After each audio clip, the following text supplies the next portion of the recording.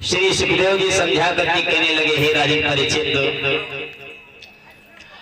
प्रथम वेला में सभी भक्तों ने बहुत ही सुंदर कथा सुनी थी गुरुदेव जी के मुखारबिंदों से। माखन चोरी की लीला, भगवान कन्हैया ने अनेक प्रकार की लीलाएं की। माखन चोरी की लीला की, वृंदावन को बसाया, जो तुलसी का वन था उसको वृंदावन का वास दिया। इसी के आगे अनेक प्रकार की लीलाएं करते चले गए। अब तो कंस को पता लगा है कि वो बाबा नंद का छोटा सा छोरा हमारे लिए दिन पर दिन कांटी बोता जा रहा है। उसको चिंता होने लगी। कंस आज अपने दरबार में बैठा है और अपने मन में विचार कर रहा।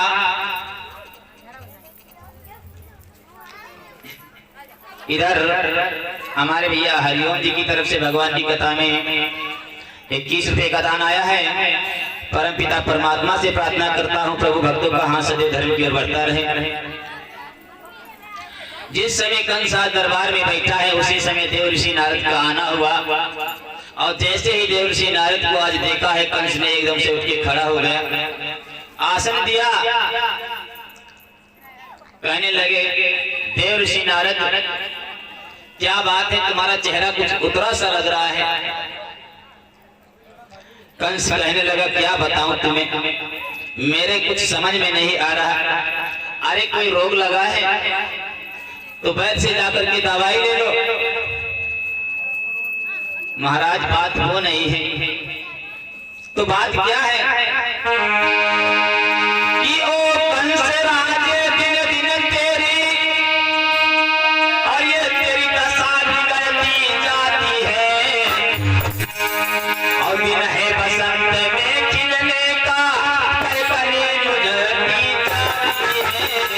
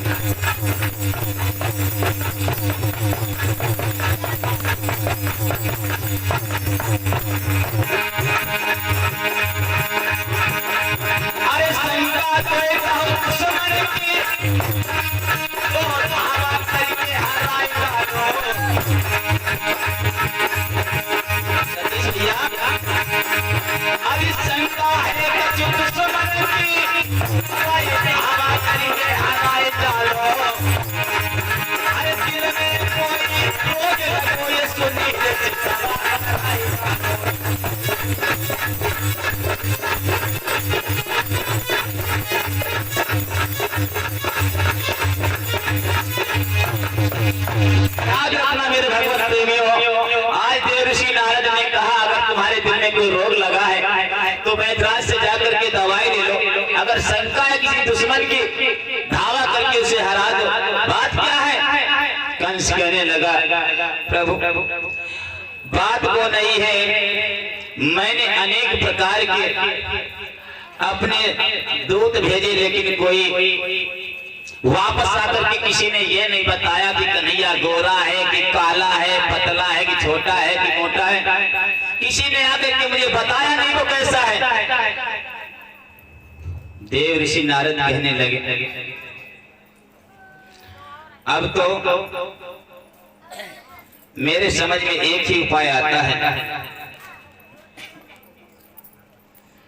वो छोरा तुम्हारे इतने दूतों को मारता हुआ जा रहा, तुमने कोई उपाय ही नहीं किया।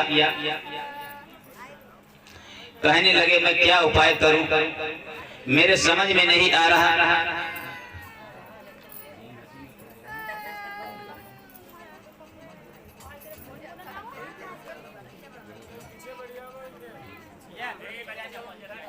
श्री सुखदेव जी समझा करके कहने लगे, हे राजन परीक्षित, देव ऋषि नारद कहने लगे,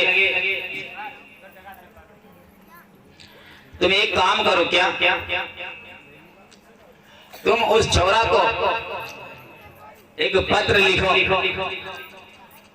और पत्र लिख करके भेजो अक्रूर के द्वारा, और पत्र में ये लिखो कि मुझे 6 छबरिया कमल के फूल चाहिए। वो फूल हैं कहाँ? उस काली दह में खिले हुए हैं। और जब वो छोरा फूल तोड़ने के लिए जाएगा तो उसमें कालिया नाग रहता है, वो उसको डस लेगा, सांप भी मरेगा और लाठी भी नहीं टूटेगी। देव ऋषि नारद ने अकल बताई, कहने लगा बात तो सही कह रहे हो, चरणों में गिर पड़ा, प्रभु पहले और आ जाते, मेरा कितना अच्छा काम हो जाता। आपने तो रास्ते बता दिया। लेकिन देव ऋषि नारद को ये तो समझ रहे, लेकिन मुझको नहीं पता ये क्या कर रहे हैं। वो तो इधर का भेद उधर भी दे रहे और उधर का इधर दे रहे। ये भी मजबूर थे, देव ऋषि नारद इधर उधर भटकते थे, ये भी मजबूर थे, इनको भी एक श्राप ही लगा हुआ था। ये कहानी बहुत पीछे है, कहानी इसी को देखो।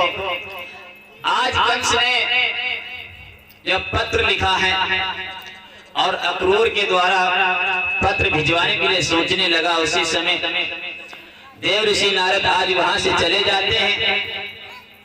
श्री सुखदेव जी समझा करके कहने लगे, हे राजन परीक्षित,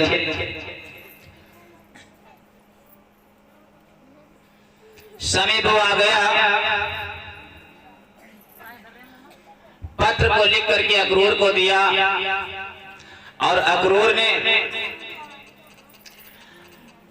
आज पत्र ले जाने के लिए बाबा नंद के यहाँ तैयार होने लगे। मन में अक्रूर सोच रहे, ये कंस राजा ने बहुत गलत किया है, इन दोनों बालकों को मरवा के ही छोड़ेगा। अरे इतनी गहरी काली दह है, उसमें एक कमल के फूल लेने के लिए जाएगा तब तो बेचारा मारा जाएगा। मन में विचार कर रहे कि ना हो तो ये पत्र ना ले जाऊं, लेकिन ये भी सोच रहे नहीं ले जाऊंगा तो भी गलत है, ले जाना तो पड़ेगा ही। आज पत्र ले जा करके बाबा नंद को दिया है। बाबा नंद ने जैसे ही पत्र को देखा, मन में सोचने लगे, अगर मेरे बेटा ने ये देख लिया तो जिद को ठान लेता है वो तो कार्य करेगा, लेकिन मेरा बेटा मारा जाएगा। उसमें बहुत जहरीला नाग रहता है, वो इसको नहीं छोड़ेगा, डस जाएगा। मेरा बेटा उस कालिया के हाथों से मारा जाएगा, मैं ये पत्र नहीं दूंगा। लेकिन उस दिन से बाबा नंद कुछ उदास रहने लगे। मैया को खबर लगी, लेकिन भगवान वो तो सब जानते हैं, तन की जाने मन की जाने, जाने चित्त की चोरी, उन हर्षे काछ को जिनके हाथ जगत की डोरी, वो तो सब जानते हैं। मैया आज उदास क्यों है, क्या बात है? मैया कहने लगी, कुछ नहीं बेटा, बात कोई नहीं है। अरे बाबा तुम ही बताओ बात क्या है। बाबा कहने लगे, तेरी मैया नहीं बता रही, मैं बता रहा हूं। अरे उसने ये पत्र दिया है, 6 छबरिया फूल उसको ले जा करके देना है, तो रोने की बात क्या है, इतना उदास क्यों हो? अरे वो बात नहीं, बात ये है कमल के फूल तो उस काली दह में है, अगर तुम लेने के लिए जाओगे तो उसमें कालिया नाग रहता है, उसमें कालिया नाग रहता है। अब ये बताओ कमल कहाँ खिलता है, पानी में कि कीचड़ में? कमल कहाँ खिलता है, पानी में खिलता है कि कीचड़ में? और यहाँ कवि ने व्याख्या की है कि काली दह में कमल खिला पानी में। काली माने क्या होता है, जहाँ कालिया रहता था माने गुफा, तो कालिया उसमें भी नहीं रहता। यहाँ पर जो था, जो सर्प विषैला, पहली बात पानी में रहता नहीं है। जो जहरीला सर्प होता है वो पानी में रहता नहीं है। रहता है कि नहीं रहता है? नहीं रहता है। लोग कहते काली दह में वो विषैला सर्प था, लेकिन उसमें नहीं था।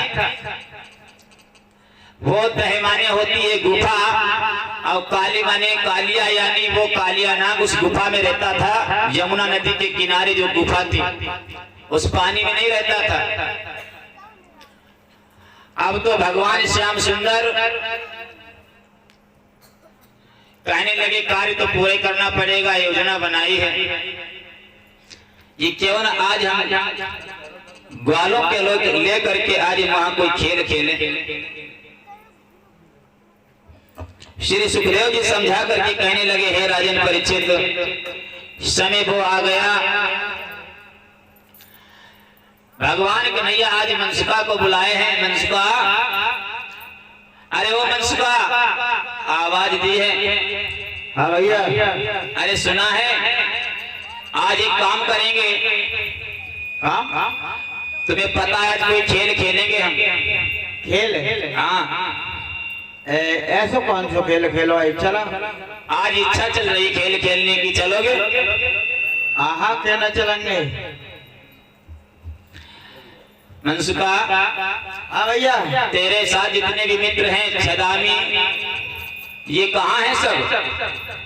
पहले से ही एडवांस हमें धरला है मैंने। अच्छा, धर लिए। और का चलो हम कौन सा खेल खेलेंगे बताओ। अच्छा, कोई आपकी नजर में कोई खेल आ रहा? ए भैया, तुम हमसे ज्यादा जानता, तुम ही बता दो। अरे हम तो बताएंगे ही। पहले ये बताओ, खेल अब खेलेंगे तो कौन सा खेलेंगे? हाँ, देखो वो खेलेंगे। कौन? छुपी छुपा। तेरी, वो कोई खेल होता है? और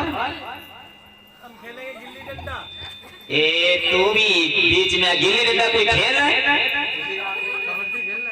तुम्हें पता है जब गिल्ली लगेगी आंख में तो क्या होगा? क्रिकेट हो जाए। क्रिकेट के लिए तो बल्ला भी लेना पड़ेगा। ओ, हमारी नजर में एक ही खेल आया है। चलो घर के वही हाथों हाथ गेंद खेला जाए। गेंद? हाँ, ठीक है, तो चलो। आज भगवान कन्हैया ने सभी ग्वालों को साथ में लिया और खेल खेलने के लिए यमुना तट पे जाने लगे।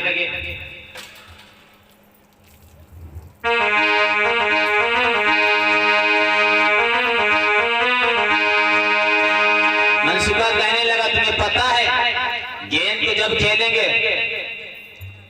पहले ये बताओ गेंद है किसकी?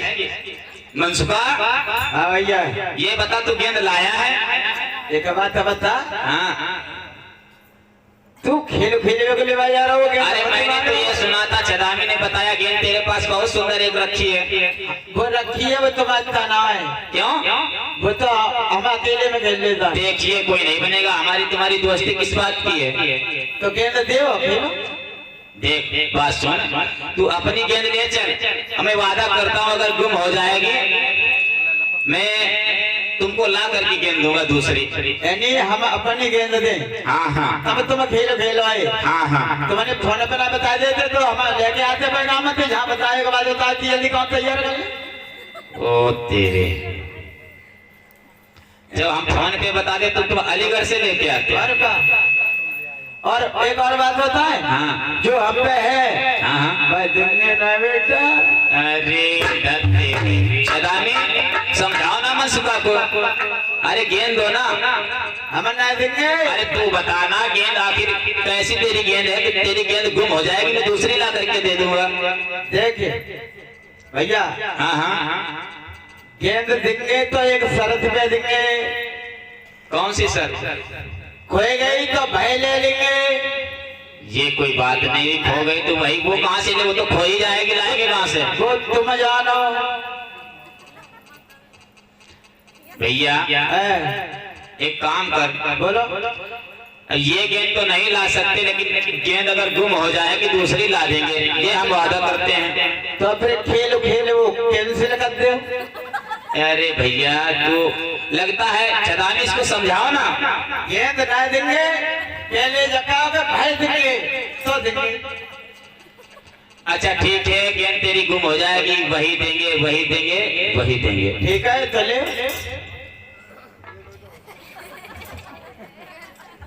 अब तो मनसुखा ने गेंद दे दी भगवान कन्हैया को। मनसुखा कहने लगा, कन्हैया तुम्हें पता है ये गेंद कैसी बनी है? मनसुखा, हाँ भैया, इसमें कपड़ा कोई अजीब सा लगा हुआ है। हाँ, चुपचाप खेलो, खेलना हो तो। अरे तू बता तो सही, हमें बहुत पुरानी गेंद मालूम हो रही। बोला भैया ही सवारी। अरे बता तो सही, आखिर गेंद कहाँ से ला इतनी अच्छी? तो ना मालूम है, तू तो भैया बहुत दूर रहते है, और जो हमें मालूम है हमारी अम्मा ने हमारा दे दी। हाँ, तो क्या गई अम्मा, लला जो गेंद काऊ मन दे दियो, जो बहुत पुरानी गेंद है। तो इसमें ऐसे कौन से हीरा लगे हुए हैं? ऐसे हीरा लगे हैं, पतो ना है तो काय की बनी है ये? काय की बनी है? हमारी अम्मा देगी। हाँ, अन्ना देगी, इन्ने देगी। अच्छा। और बाकी अम्मा देगी ना देगी। और बाकी अम्मा किसकी? यानी हमारी अम्मा ही अम्मा। अच्छा, तुम्हारी अम्मा की अम्मा। और फिर बाकी अम्मा। फिर बाकी अम्मा। ओ तेरे, इतनी पुरानी गेंद तूने छुपा के रखी? तभी तो कह रहा है यही लेंगे। मनसुखा कहने लगा, कन्हैया अगर गेंद खो गई तो गेंद वही देगी। और क्या बोला कि मैंने सुंदर सी गेंद सजाई है, चलो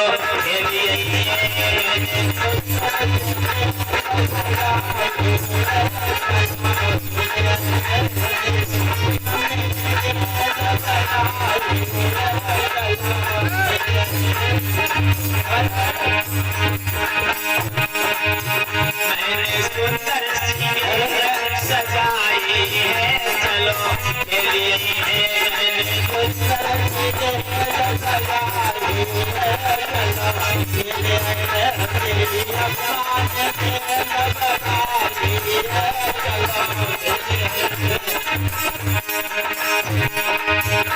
अरे काली अरे खेल रही है,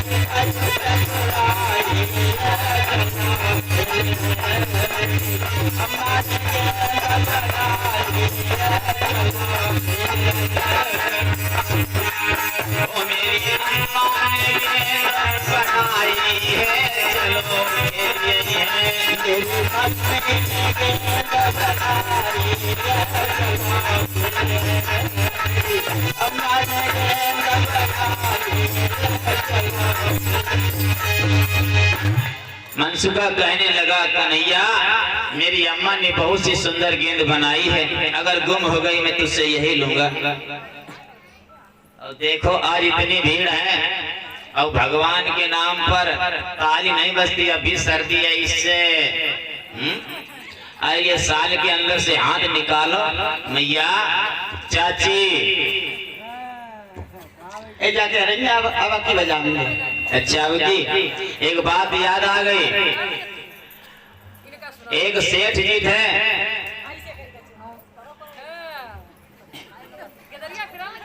एक सेठ जी थे, उनके 3 संतानें थी।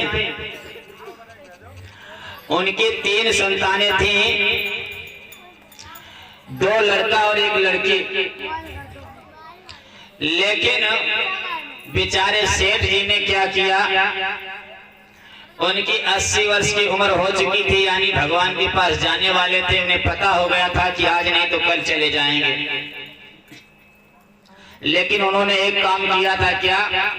उन्होंने अपनी जायदाद का वसीयतनामा पहले कर दिया।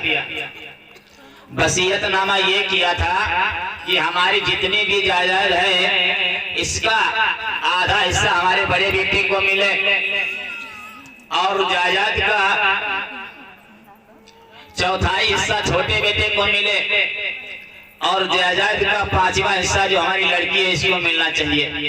वसीयतनामा लिख दिया। भगवान की ऐसी लीला हुई, 4-5 दिन बाद ऊपर चले गए भगवान के पास। जब भगवान के पास चले गए, अब तो बेटा परेशान है कि पिताजी छोड़ करके चले गए। धीरे धीरे कार्य को चलाते रहे। जब ज्यादा दिन हो गया, कहने लगे भैया हमारा तुम्हारा गुजारा नहीं होगा, ऐसा करो अपना बंटवारा कर लिया जाए। छोटा बेटा बोला जैसे पिताजी ने वसीयतनामा किया है वैसे ही बंटवारा हो जाना चाहिए, अच्छा रहेगा। कहने लगे ठीक है। तो बंटवारे के लिए उनके पास जायदाद क्या थी? उनके पास कुछ भी नहीं था, केवल 19 ऊंट थे, कुछ भी नहीं था। जायदाद में केवल उनके पास 19 ऊंट थे और पिताजी ने लिखा था कि आधा हिस्सा बड़े बेटे को और चौथाई हिस्सा छोटे बेटे को और 5वां हिस्सा बेटी को मिलना चाहिए। याद रखना। और बेटे ने यह भी कहा ये 19 ये आधे करना है, 19 में ना तो ऊंट बेचना है ना तो काटना है। पिताजी ने जैसे लिखा है ना बंटवारा ऐसे करना है। पिताजी ने जैसे लिखा है बंटवारा ऐसे ही करना है। अब बताओ भैया 19 का आधा कौन करेगा? है कोई इसमें पढ़ा लिखा बैठा? ना तो ऊंट काटना है ना तो बेचना है, 19 का आधा करो।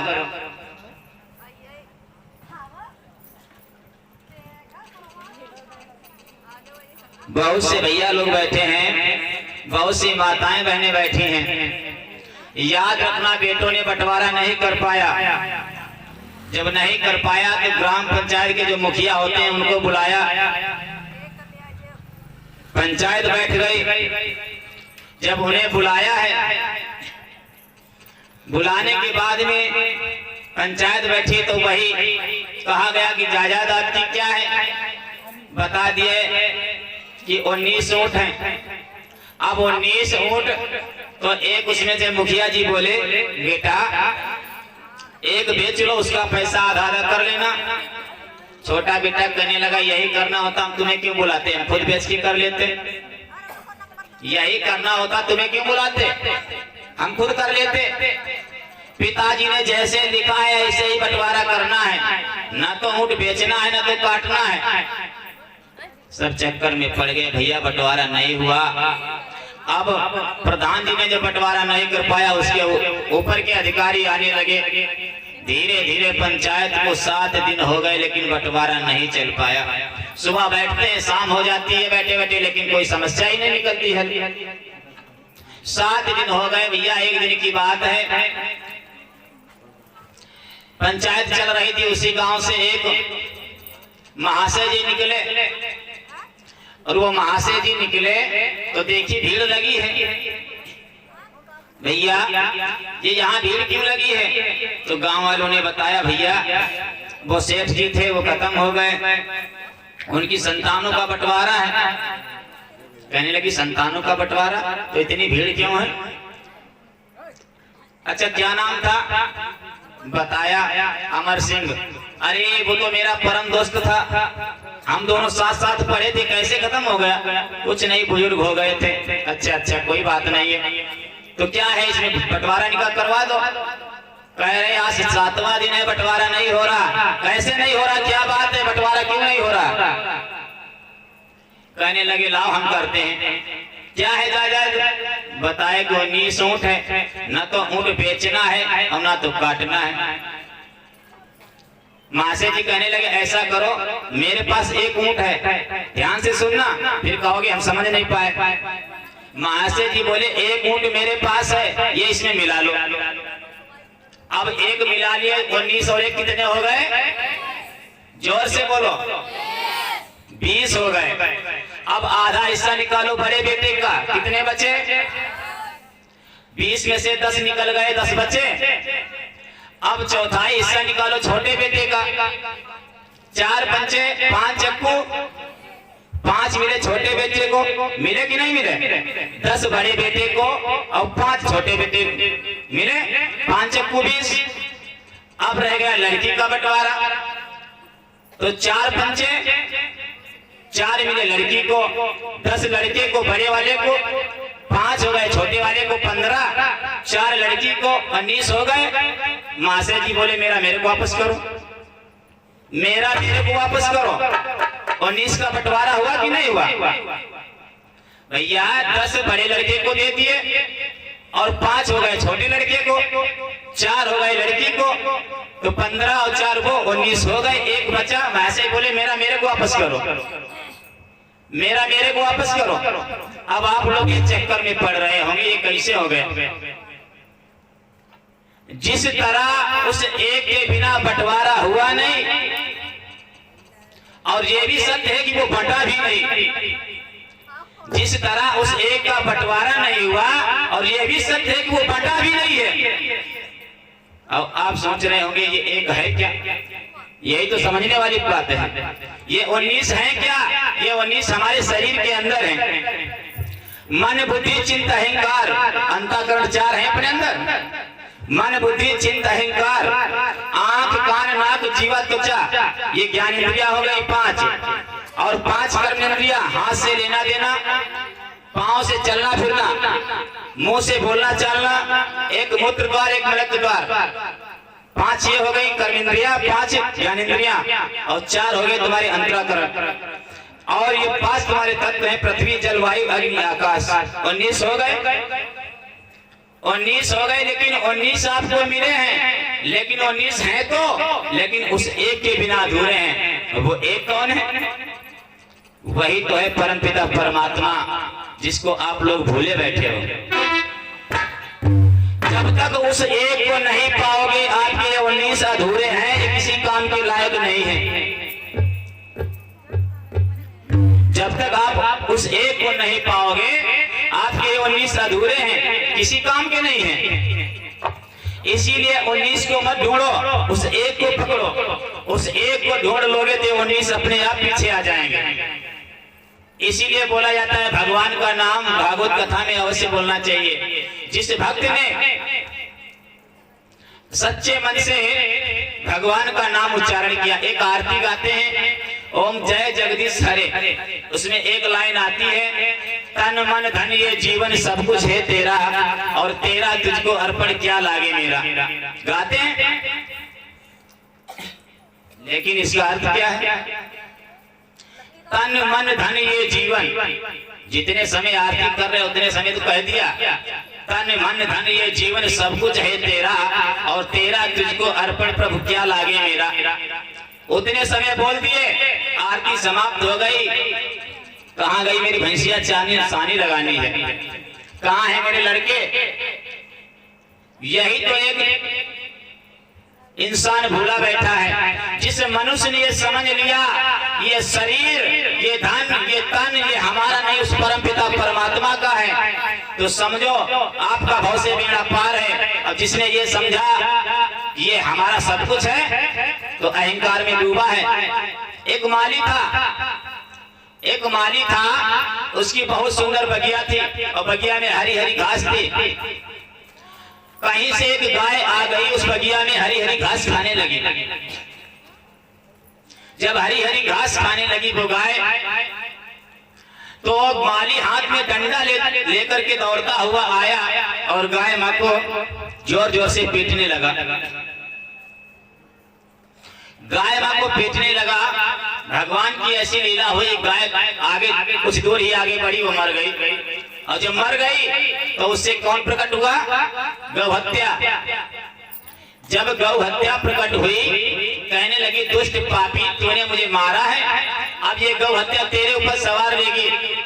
लेकिन माली बहुत चतुर था, कहने लगा मैंने मारा? कौन कह रहा मैंने मारा? मारा तो इन हाथों ने है, इन हाथों ने मारा है, मैंने नहीं मारा। गौ हत्या चक्कर में पड़ गई, हाथों ने मारा। तुम्हारे कहने का मतलब क्या है? माली कहने लगा इन हाथों ने मारा है, और तुम्हें पता होगा हाथों के देवता कौन है? हाथों के देवता है देवराज इंद्र। हाथों के देवता है देवराज इंद्र। जो हत्या कहने लगी ठीक है मैं देवराज इंद्र के पास जा रही हूं। जैसे ही देवराज इंद्र के पास पहुंची, देवराज इंद्र ने देखा यहाँ कैसे, कहने लगी तुमने तो गाय को मारा है, मैं तुम्हारे ऊपर सवारी लूंगी। देवराज इंद्र ने दिमाग लगाया ये किसकी चाल हो सकती है।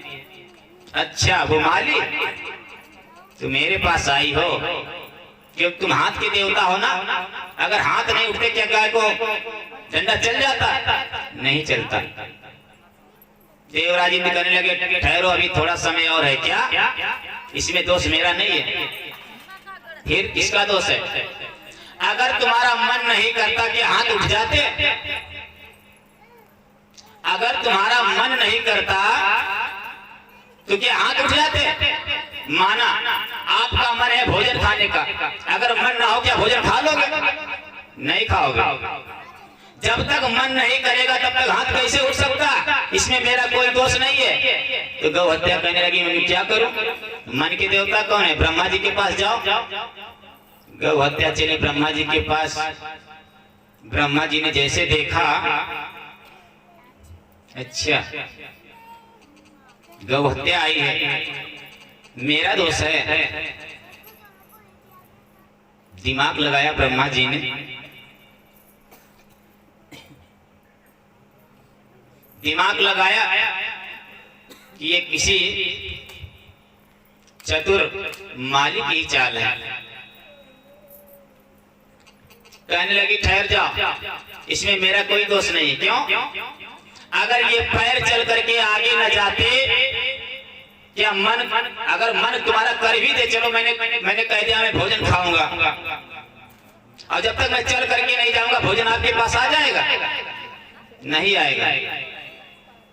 तो इसमें दोष मेरा नहीं है, इन पैरों का है। और पैर के देवता कौन है?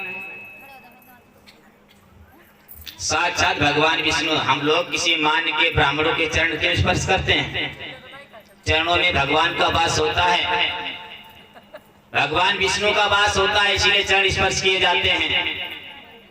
गौ हत्या भगवान विष्णु के पास पहुंची। भगवान विष्णु कहने लगे कौन हो? मैं गौ हत्या। यहाँ कैसे आई? माली ने भेजा। अच्छा मेरे पास आई है, रुक जा, जब तक मैं माली की परीक्षा ना ले लूं तो अभी मेरे पास नहीं आ सकती, मेरे साथ चल। उसी समय भगवान विष्णु ने एक ग्वाले का रूप बनाया और एक गाय लेकर के आज उसी बगिया के पास पहुंचे हैं। जब बगिया के पास भगवान विष्णु पहुंचे, बगिया के किनारे समीप खड़े हो गए और गाय को अंदर घुसा दिया। वो हरी हरी घास खाने लगी। जब घास खाने लगी, माली ने देखा तो दौड़ता हुआ आया डंडा लेकर के, और गाय मां को प्रहार ही करना चाहता था। तब तक भगवान जो ग्वाले का रूप धारण करके आए थे कहने लगे भैया मारना नहीं, मेरी है, तेरी है, तू बगिया में क्यों लाया? तुझे दिखाई नहीं दे रहा पाबंदी लगी है चारों तरफ से? भैया हाँ हाँ बगिया तुम्हारी है, और नहीं क्या तेरी है? भैया ये हाथ में डंडा लेकर के दौड़ के आई, ये किसका है? अरे तेरा है, ये भी मेरा है। भगवान कहने लगे डंडा तुम्हारा, ये हाथ जो है ये किसके हैं? तुम्हें दिखाई नहीं दे रहा? जब डंडा मेरा है, बगिया मेरी, तो हाथ क्या तुम्हारे? ये भी मेरे हैं। भगवान कहने लगे सब कुछ तेरा है, तो हत्या हमारी कैसे हुई? पकड़ इसको। जब कड़वा लगे तो मैं खाऊं, मीठा लगे तू खाए, ये कसौटी पे बात उतर नहीं रही है। याद रखना, जिस भक्त ने अगर ये सोच लिया तन मन धन ये जीवन सब कुछ भगवान का है, तो तुमसे कोई पाप भी हो जाएगा तो उसका भागीदार भगवान बनेगा, तुम नहीं बनोगे। और अगर जिसने ये समझा ये सब कुछ मेरा है और पाप करे तो भगवान का, तो ऐसा नहीं है, ये सब कुछ तुम्हारा है तो पाप भी तुम्हीं को भरना पड़ेगा।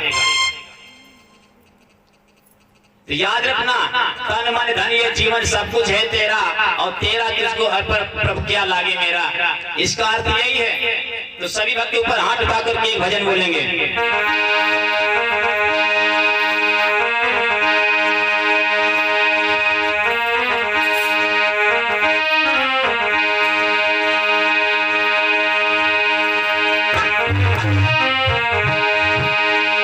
सभी भक्त ऊपर हाथ उठाए, जितनी माताएं बहने हैं।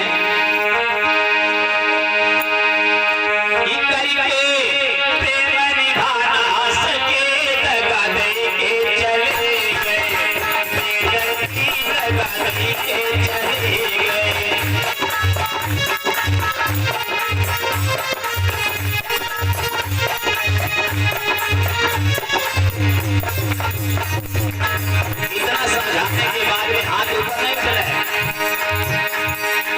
इतना समझाने के बाद में मैया इधर वाली दादी, सब तो दादी और चाची को बैठे हैं। अरे तरीके मानी भाना सजे लगाने के चले गए, शाम रात गाने के चले गए।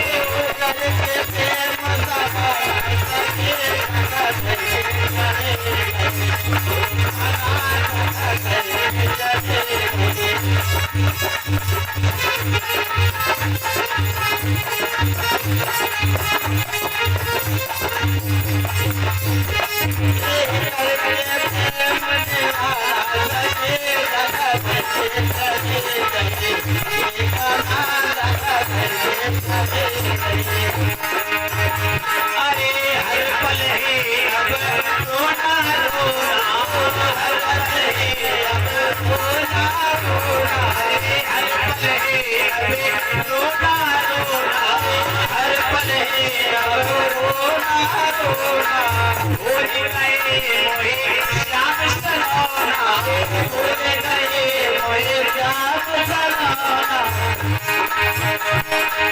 आज तो बुआ जी आ गए हैं। अरे करके बाधा निभाना सजे लगाने चले गए, गाना जी लगाने चले गए।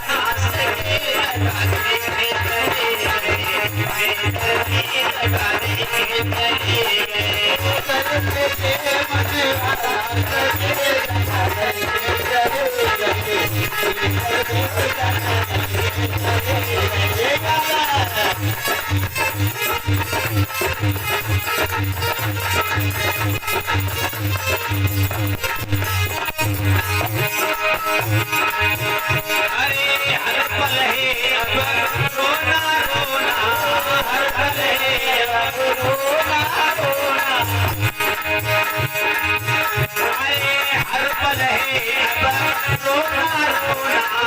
प्यार करे अरे भूल गए मोहि श्याम सलोना भूल गए मोहि श्याम सलोना अरे करके वाला निभाना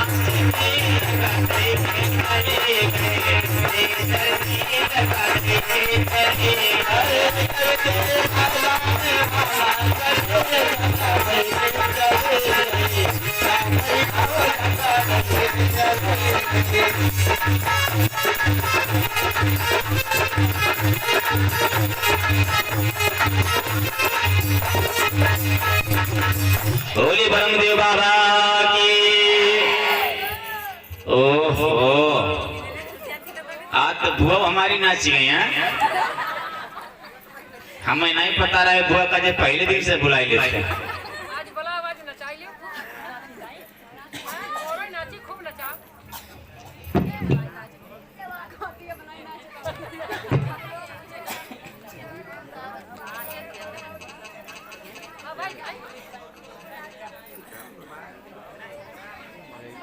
हल हल श्री सुखदेव जी समझा करके कहने लगे हे राजन परीक्षित अब तो समय वो आया भगवान कन्हैया आज सभी ग्वालों के साथ में खेल खेलने लगे।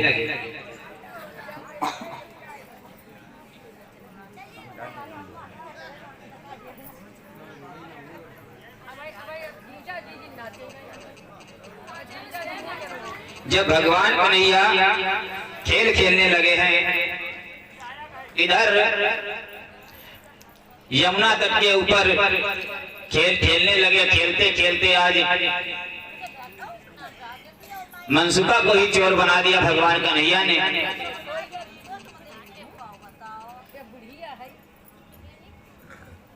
जब मनसुखा को चोर बनाया भगवान कन्हैया ने गेंद में इतनी जोर से टोल मारी कि गेंद यमुना में गिरी।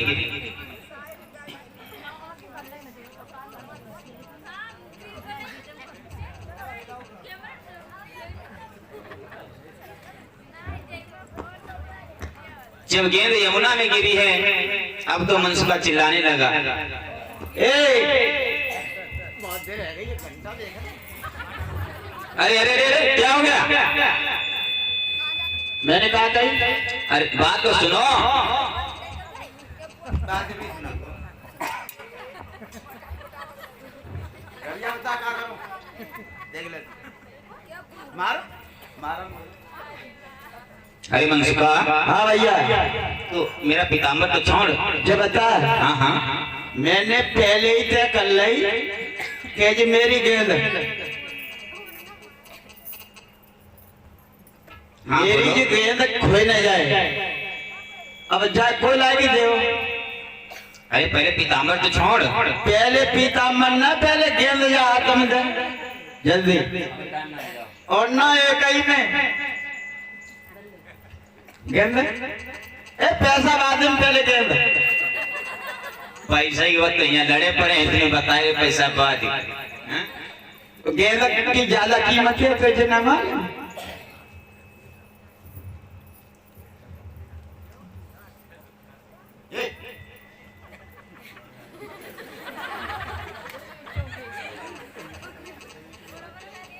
ए कन्हैया भैया जे बातें ना बना बहाने ना बना गेंद बन दिया हमको। अरे पीताम्बर तो छोड़। बाद की बात है पहले गेंद। अरे पीताम्बर छोड़। कोई मतलब ही ना देखना कोई तो छोटो तुझे गेंद चाहिए कि हमारी जान चाहिए? अरे ले सकता हूँ पहले गेंद दे तो जान ले लेगा और क्या? नहीं मिली तो क्या करेंगे? तू गेंद अपनी ले लेकिन मेरा पीताम्बर फोन पहले। ना पहले गेंद दे। अरे छोड़ तो सही मैं गेंद लाऊंगा कैसे जब छोड़ेगा नहीं? पहले गेंद दे। अरे पहले छोड़ जब छोड़ेगा नहीं गेंद कैसे लाऊंगा? कोई मतलब ही ना। देखो समझाओ इसको। जब छोड़ेगा ही नहीं तो गेंद कहाँ से आएगी? पहले गेंद दे। करो बाबरो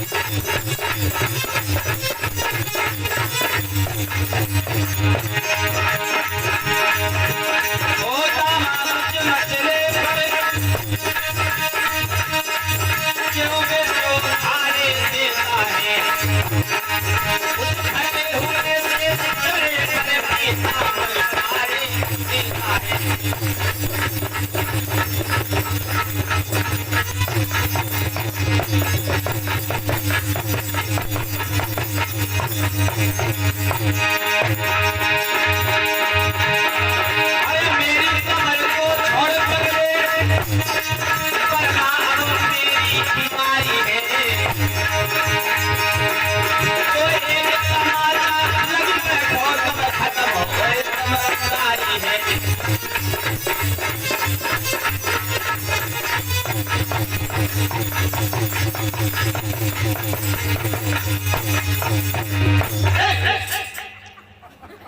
जाएगी तो फोन करो क्यों कि हमारी हरदोई में आ जाओ भागवत करके तमाचे देख रहे हो भैया का हमारे भैया द्वारे पर के सब शेर होते हैं, क्या कोई नई बात है? ताई थे और ताई तमाचे दिखा रहे हाँ हाँ तो सुने सुना।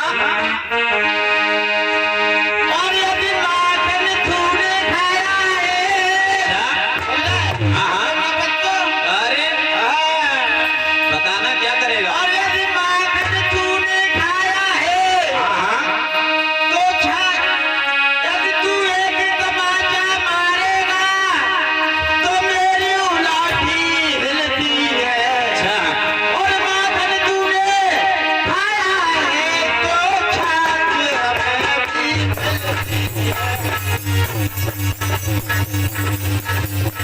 तमाचा मारेगा तो मेरी लाठी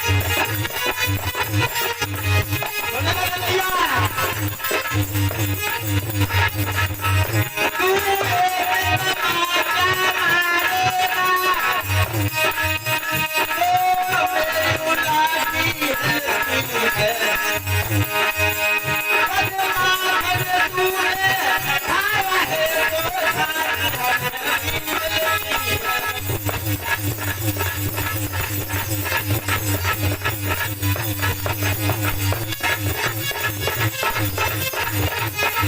हिलती है। बताओ का इरादा है हमने थोड़ा नाम है अरे बंसुआ बात सुन, पहले गेंद ला बादरी बात तुझे गेंद चाहिए ना? और बात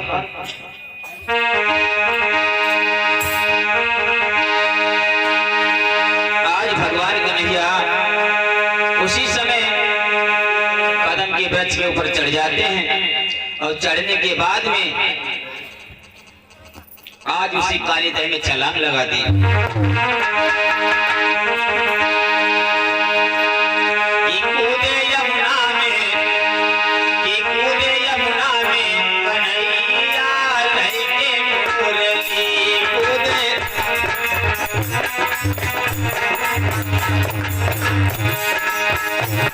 अरे लहके मुरली, सभी भैया लहके मुरली कूदे, कूदे यमुना में, कन्हैया लहके मुरली कूदे यमुना में, कन्हैया लहके मुरली।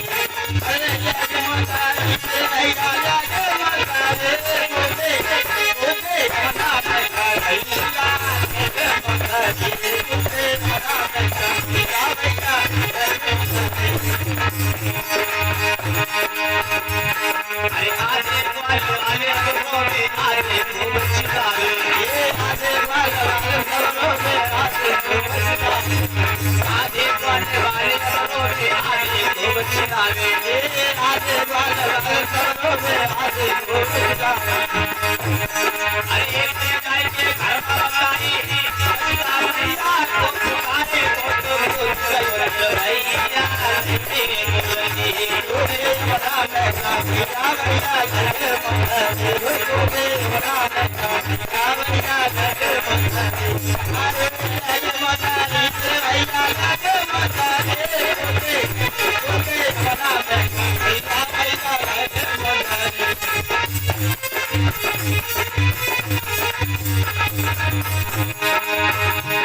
अरे वो यशोदा मैया यमुना तट पे आई, यशोदा मैया यमुना तट पे आई। ओ यशोदा मैया यमुना तट पे आई, अरे यशोदा मैया यमुना तट पे आई। अरे रोई चिल्लाए के जोर से बोली, अरे रोई चिल्लाए के जोर से बोली, कहाँ गए मेरे भैया लहके मुरली कूदे यमुना में, कन्हैया लहके मुरली कूदे यमुना में।